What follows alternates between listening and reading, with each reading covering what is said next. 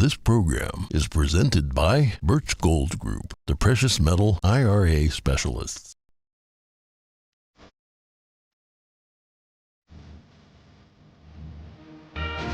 Good morning. Today's headlines: a Pacific storm continues to bring California trouble. Flooding, rock and mudslides, and power outages are just some of the problems. We'll take a look at the damage done so far. Newly elected House Speaker Kevin McCarthy is making good on a midterm promise. Representatives Schiff, Swalwell, and Omar are losing their committee assignments. Reactions are pouring in after the White House admits President Biden kept classified documents at a private office. Biden says he's surprised and doesn't know what's in them. To find out what they might include. A 5-month trip to Rikers Island is something most people would quickly turn down. But for former Trump Organization CFO Alan Weisselberg, it was either that or a possible 15 years for tax fraud. And a father is worried his ex-wife is trying to transition their son into a girl since he was 2 years old. He told us more about the situation.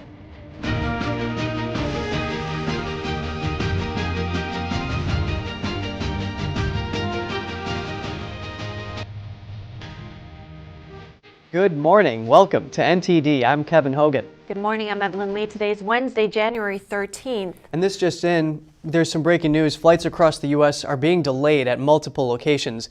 This after a computer outage at the FAA. Right. At around 6:30 a.m. Eastern Time, there were 760 delays within, into, or out of the United States. That's according to the flight tracking website FlightAware. The agency said on Twitter it's working on restoring its notice-to-air mission system. Next, we're going on to California. A Pacific storm continues to batter parts of the state. It has knocked out power, shut down roads, and flooded some areas. Officials say there are at least 17 confirmed storm-related deaths. NTD's Jeremy Sandberg has more on the severe weather causing trouble for the Golden State. Millions of California residents are under flood warnings, and more than 200,000 homes and businesses are without power because of heavy rains, hail, and landslides. Thousands have been ordered to evacuate their homes. California Governor Gavin Newsom is warning people to stay vigilant. We've had less people die in the last 2 years of major wildfires in California that have died since New Year's Day related to this weather in California. These conditions are serious and they're deadly. While the storms are providing some relief for the state's drought conditions, they're also taking lives. Officials say at least 17 people have died from the storms that began late last month. Deaths include a pickup truck driver and a motorcyclist killed Tuesday morning when a tree fell on them on Highway 99. A 5-year-old boy is still missing after being swept away. He and his mother were stranded in a truck in rising waters. A 7-hour search on Monday turned up only one of his shoes. It's at moments like this we just pray for a miracle. The Ventura County Fire Department used helicopters to rescue residents stranded by floodwater. 42 people so far. With the muddy water that we have in these type of flood conditions, it's very difficult to determine how deep it is or if the road has eroded underneath the water. The Ventura River reached its highest level on record at more than 25 feet on Monday. It's dropped to minor flood stage levels since then. Typically, it takes 6 inches of water to knock someone off of their feet and about 12 inches of water to float a normal car. The storm that began Monday dumped over a foot of rain at higher elevations in the central and southern parts of the state and brought more than 5 feet of snow to Sierra Nevada ski resorts. Rockfalls and mudslides have shut down roads, and gushing runoff has turned sections of freeways into waterways. Swollen rivers swamped homes and triggered evacuation orders. The fact that we're not out of the woods, we expect these storms to continue at least through the 18th of this month. We expect a minimum 3 more of these atmospheric rivers in different shapes and forms, depending on different parts of the state. More rain is forecast for Wednesday in Northern California, and a longer storm system is predicted to last from Friday until Tuesday next week. Jeremy Sandberg, NTD News. House Speaker Kevin McCarthy is following through on his pledge to remove 3 Democrats from their House committees. Representative Adam Schiff, Eric Swalwell, and Ilhan Omar are losing their assignments. McCarthy confirmed the move Monday. Schiff and Swalwell will be kicked off the House Intelligence Committee, and Representative Omar will be removed from the House Foreign Affairs Committee. McCarthy has the power to keep the two congressmen off the Intel panel as House Speaker. A majority vote in the House will be needed to remove Omar. McCarthy promised a year ago to remove them if Republicans took control of the House. He repeated that vow during the midterms. Omar has been accused of anti-Semitism multiple times. She's received criticism from both Democrats and Republicans for past comments about Israel and Jews. Both former House Speaker Nancy Pelosi and Senate Majority Leader Chuck Schumer have rebuked her for her statements. McCarthy tweeted that he removed her for, quote, repeated anti-Semitic and anti-American remarks. McCarthy said of Swalwell, he can't get a security clearance in the public sector. Why would we ever give him a security clearance in the secrets to America? I will not allow him to be on Intel. Swalwell allegedly had an affair with a suspected spy from the Chinese Communist Party. And as for Adam Schiff, McCarthy says he's lied to the American public time and again and will not be allowed on the Intel Committee either. Schiff was the lead manager in the first impeachment trial of former President Trump, a member of the January 6th committee, and has been accused of fabricating information about the Russian collusion narrative and then leaking it during the Trump administration, something that Schiff denies. And the House voted yesterday to create a new subcommittee. It will investigate the perceived weaponization of the government by federal law enforcement agencies under the Biden administration. The panel is part of the House Judiciary Committee. Representative Jim Jordan is expected to chair it. And the North American Leaders Summit wrapped up yesterday. President Biden, Lopez Obrador, and Prime Minister Justin Trudeau commented on the border crisis, supply chain issues, and other matters at a post-summit conference in Mexico City. NTD's Daniel Monahan has more. All of us in the United States are immigrants. President Biden spoke at length about immigration and its challenges. This has been the greatest migration in human history around the world, as well as in this hemisphere. The commander-in-chief addressed the question of whether he has been too soft on border security. We're trying to make it easier for people to get here, opening up the capacity to get here, but not have them go through that god-awful process.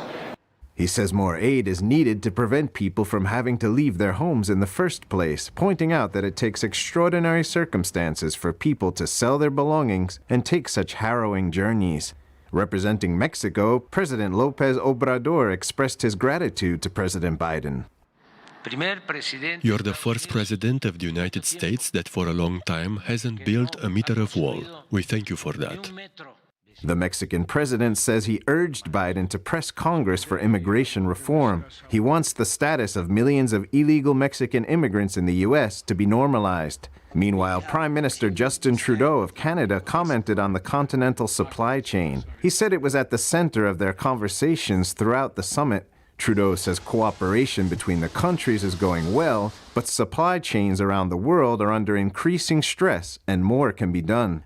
Significant economic actors around the world are becoming less reliable as partners and less desirable as partners. The meeting of the three leaders was the first such summit since late 2021. Daniel Monahan, NTD News. And reactions are pouring in after the White House admitted that classified documents were found at Biden's private office. Biden says he was surprised and he doesn't know what's in the documents. NTD's Iris Tao has the story, plus some revelations on what the papers may potentially include. I was briefed about this discovery and surprised to learn that there were any government records that were taken there to that office. But I don't know what's in the documents. Biden's under fire for classified documents discovered at Penn Biden Center, which is in the building right behind me. The documents were from Biden's time as vice president. They were found by Biden's personal lawyers just 6 days before the midterm elections. But the White House only admitted to it yesterday. The White House tells CNN that Biden was unaware what those documents were. But the outlet is reporting today that they included 10 classified documents about Ukraine, Iran, and the UK, and some were labeled as top secret. Where's the FBI raid? Republicans and former President Trump are saying there's a double standard since the FBI raided Trump's Mar-a-Lago home over classified documents. Biden took classified documents with him and held them for years and criticized former President Trump. I wonder why the press isn't asking the same questions of him as vice president taking classified documents that they were asking President Trump. And just 4 months ago, Biden said this about documents found at Trump's home. How that could possibly happen, how anyone could be that irresponsible. Democrats, meanwhile, are calling such criticism Republican hypocrisy at its finest. What President Biden did was disclose this to the archives. Meanwhile, an ethics watchdog group tells NTD the think tank involved here could have funding ties with China.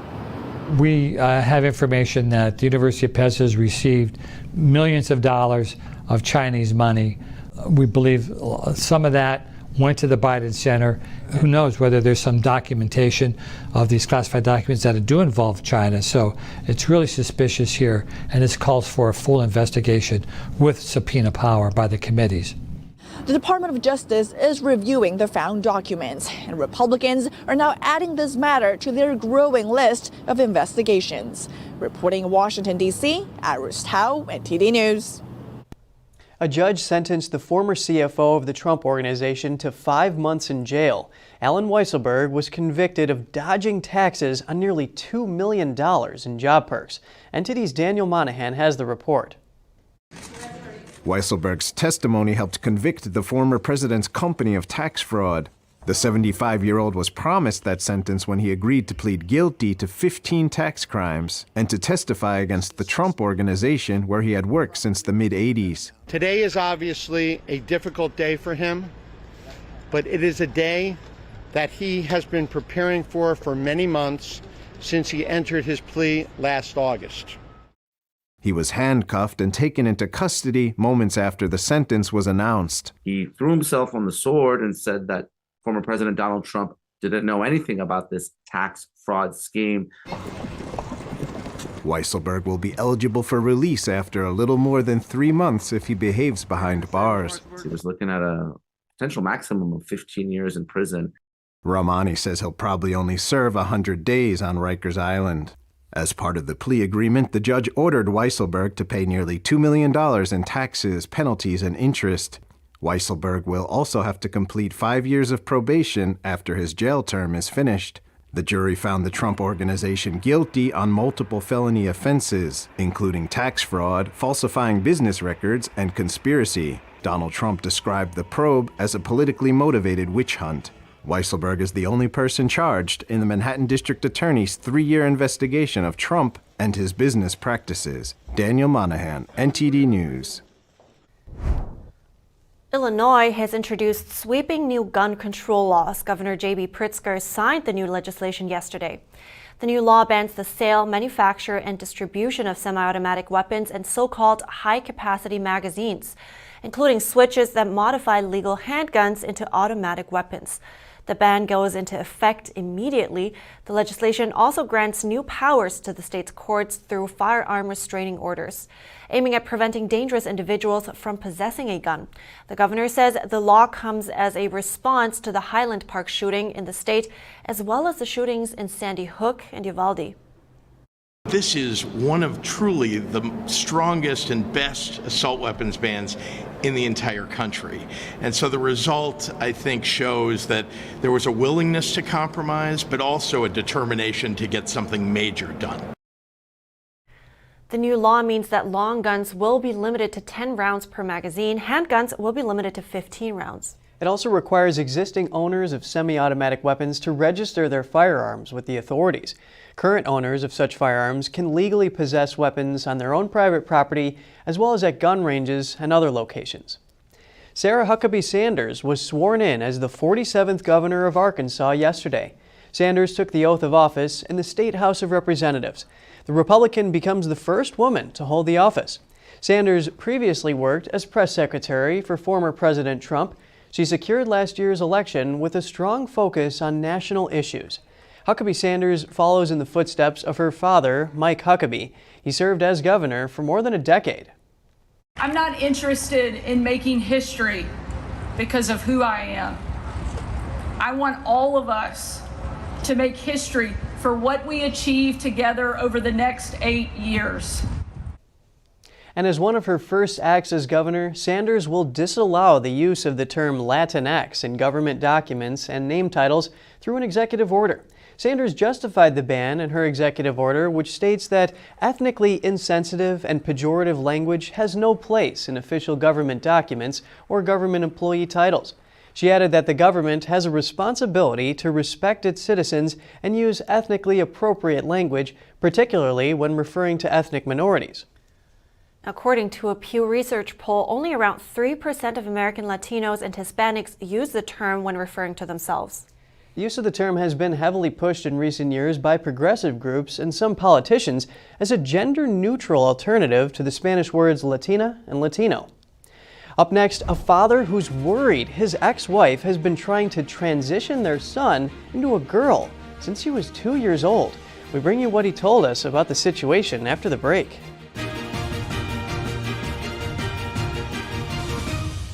Shen Yun Creations, the streaming platform from Shen Yun, featuring world-class dance, past programs, and all original music.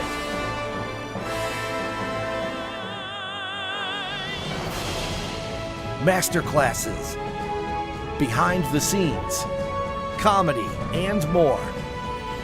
Explore ShenYunCreations.com. This is Stephen K. Bannon. I urge you to protect your savings from inflation by diversifying into a physical gold IRA from Birch Gold Group. Simply text the word NTD to 989898 and you'll get a free info kit on gold IRAs explaining everything. You're not going to get it all right. Just make sure you nail the big stuff. Mama! Like making sure your kids are in the right seat for their age and size. Get it right at nhtsa.gov/the-right-seat.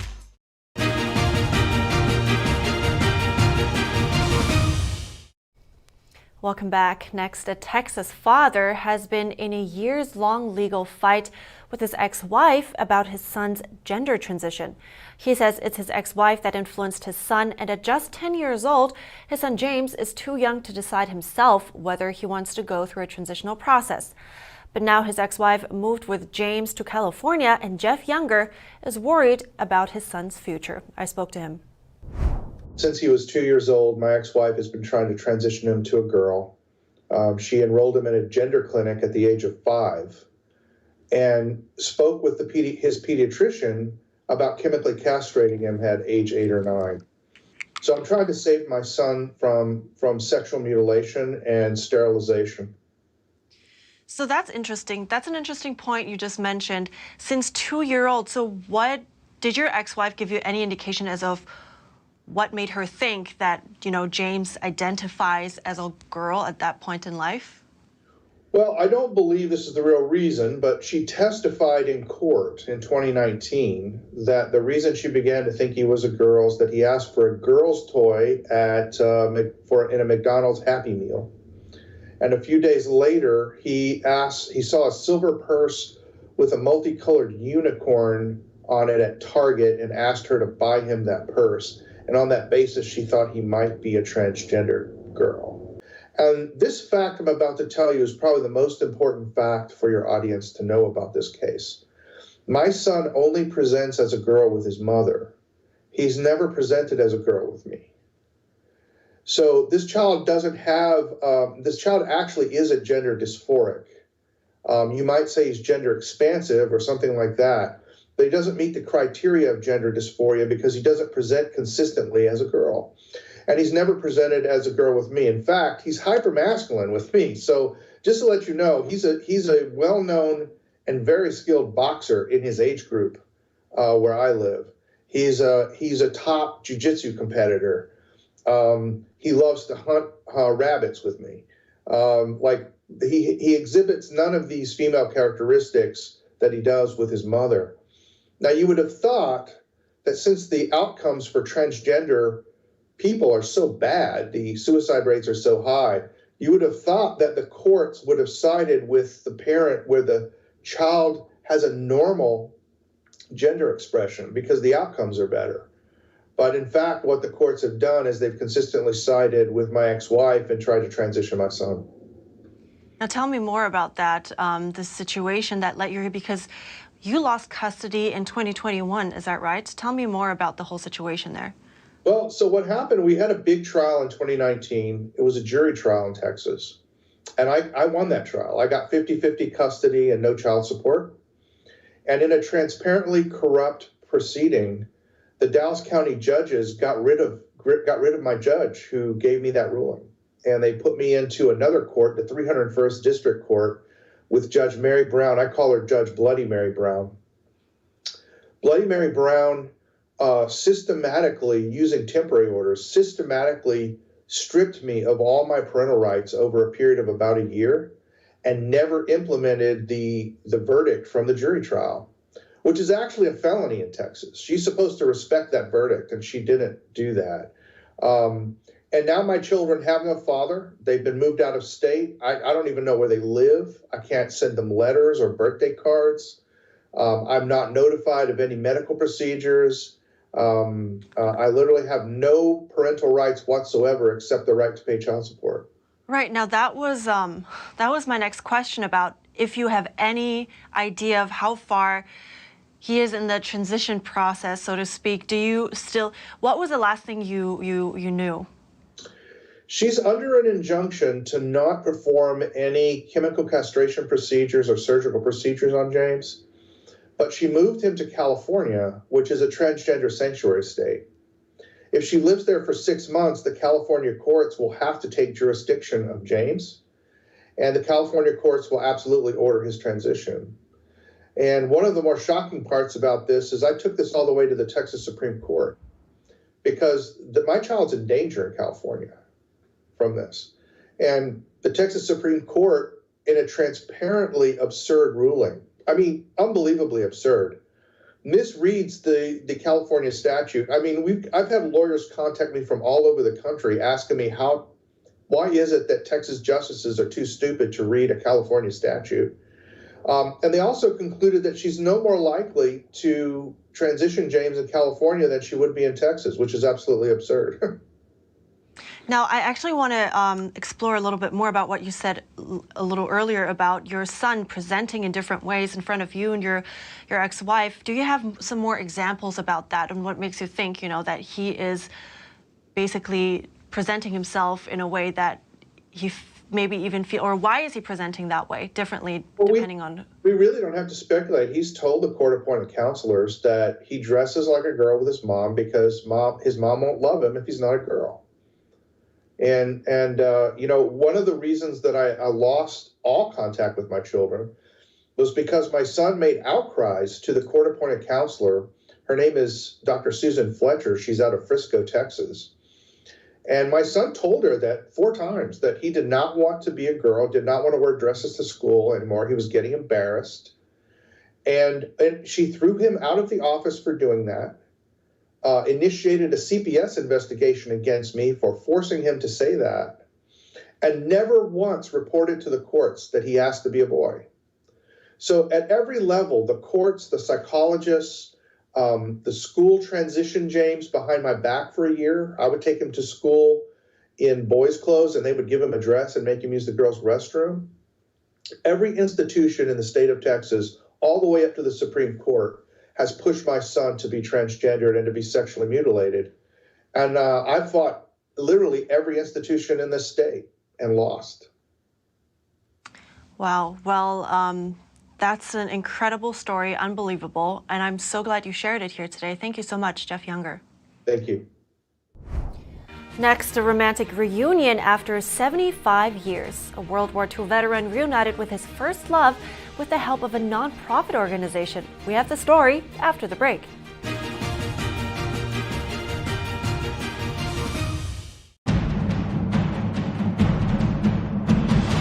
A performance that truly matters for each and every one of us.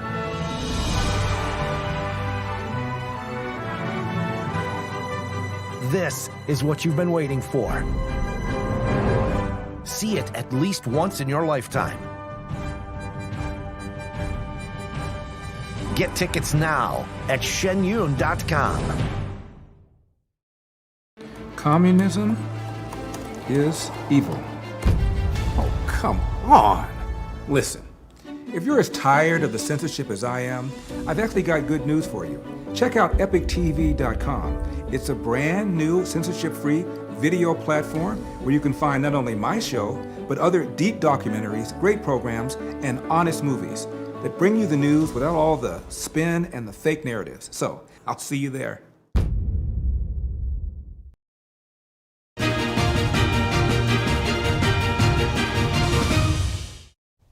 Welcome back. Forever Young Veterans is an organization that helps both veterans and the community realize the impact veteran sacrifice has had on the world. The organization takes veterans on trips of honor to the nation's capital and also returns them to their place of service. Here's the story. A romantic reunion after 75 years. KT Robbins is a 101-year-old World War II veteran. He's often wondered what happened to the French woman he fell in love with during World War II. We got to be real good friends. And I got to know the family. And so, I met Janine today. And she was my first love. She was really my first love. During the war, Robbins had to leave France where he met Janine and her family. He hoped to return one day, but never had a chance to. Janine said she waited on me for 5 years. Much to his surprise, after 7 decades, he was able to reunite with the help of Forever Young Veterans. The nonprofit organization returns veterans to their place of service and honors them by fulfilling their wishes. And Robbins went back to France to honor the 75th anniversary of the D-Day invasion. That's so great to see her, though, I'll tell you, man. Diane started Forever Young Veterans in 2006 with a simple wish to bring joy into veterans' lives. Her father served in World War II, and she recognized even as a child that he was suffering. Many of our World War II veterans have told me that they were told not to go home and burden their families with what they went through in the war. Diane wanted to help veterans so they don't have to suffer in silence. The charity was founded on the knowledge that veterans suffer in silence. When the veterans travel back to their place of service, they are met with gratitude. The trips of honor can be powerful for the veterans. We saw healing in ways that they never expected. And when we're traveling around, we can hear them saying, "Our dear liberators, our dear liberators." And this changes their lives because they're not expecting this kind of gratitude. The veterans had a life-changing response. They realized their sacrifice made a difference. And that realization not only makes a difference in their lives, but also in the lives of their families. And a lot of the children and the family members will say, "Dad is so different since coming back from this trip. He's more peaceful, he's happier, he's more outgoing, and actually we can have a better relationship with him now." Her organization has written a book titled Forever Young Veterans, detailing and honoring the stories of 22 veterans. It's a reminder of what they've done for the world. Diane says people cannot forget the sacrifices of those who have fought for freedom. Yeah, nobody should really suffer in silence. And it's so sweet that they are offering some friendship there. And what a sweet love story, really. Yeah, and it's really great what she's doing. You know, sometimes it's hard to see all the things that veterans go through on the surface. So, I agree. Yeah. Not being able to tell anybody anyway. And all our veterans out there, thank you so much for your service. Yes, and that's all for today. Write us at goodmorning@ntd.com. Thanks for watching. I'm Evelyn Lee. And I'm Kevin Hogan.